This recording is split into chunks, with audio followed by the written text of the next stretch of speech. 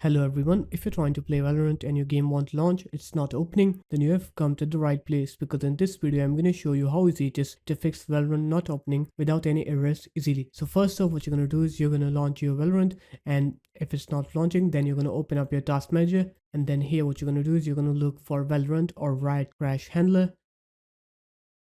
So as you can see, I don't have both of those running. So what I'm going to do now is you're going to open up your start menu. You're going to write here run, and then you're going to write here app data.